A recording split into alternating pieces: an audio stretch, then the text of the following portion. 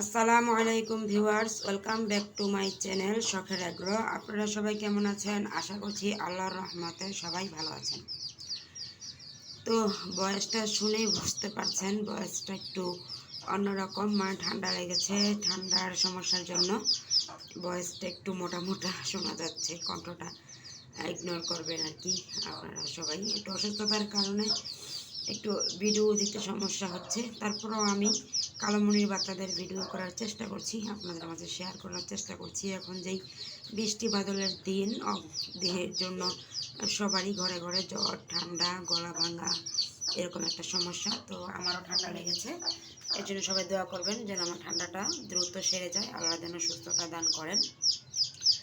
তো আজকে হচ্ছে আমি কালোমণির বাচ্চাদেরকে লেবুর পানি, এই যে লেবু অর্ধেক কেটে লেবুর রস করে এখানে লেবুর পানি খেতে দিয়েছি। আর ওই যে এখানে দেখতে পাচ্ছেন, এই যে স্টার্টার ফিট,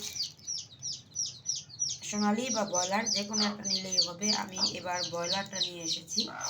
তো স্টার্টার ফিটটা ছোট ছোট তো বাচ্চা, এগুলো একটু গুঁড়া গুঁড়া খেতে পারবে না, এর জন্য আমি কী করেছি, লেবুর রস দিয়ে সোনালি স্টার্টার ফিটটা একটু গুলিয়ে দিয়েছি। ও যে দেখেন বাচ্চাগুলো খাচ্ছে, একটা ট্রের মধ্যে করে দিয়ে দিয়েছি, ছোট্ট ট্রে আর কি।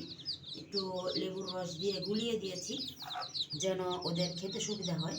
কেননা এগুলো দেখেন একটু গুঁড়া গুঁড়া টাইপের, ছোট বাচ্চা মাত্রই ওরা ফুটেছে, ওরা এখনও খাবার সম্বন্ধে তো একটা বোঝেও না, ওদের খাবারটা বুঝতে 2-3 দিন টাইম লাগবে।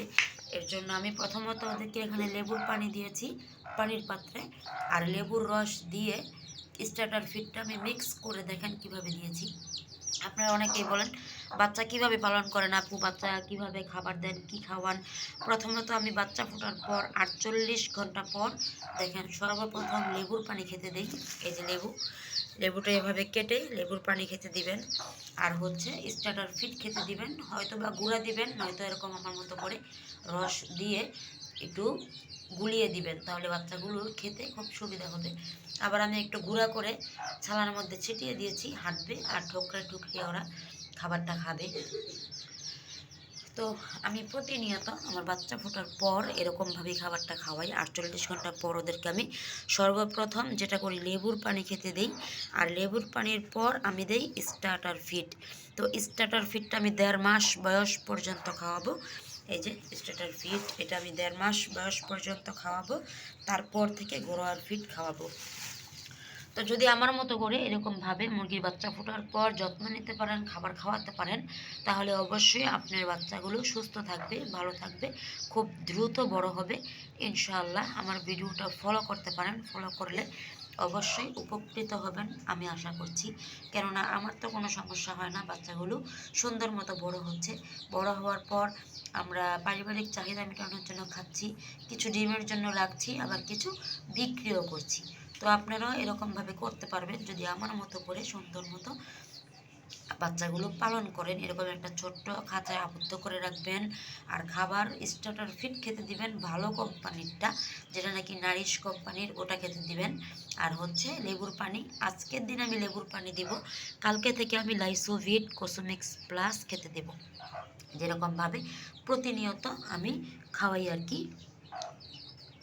তো দেখতেই পাচ্ছেন কিছু বাচ্চা খাবারের পাত্রে এসে খাচ্ছে, আবার কিছু বাচ্চা কালোমণির ভিতরে বসে আছে।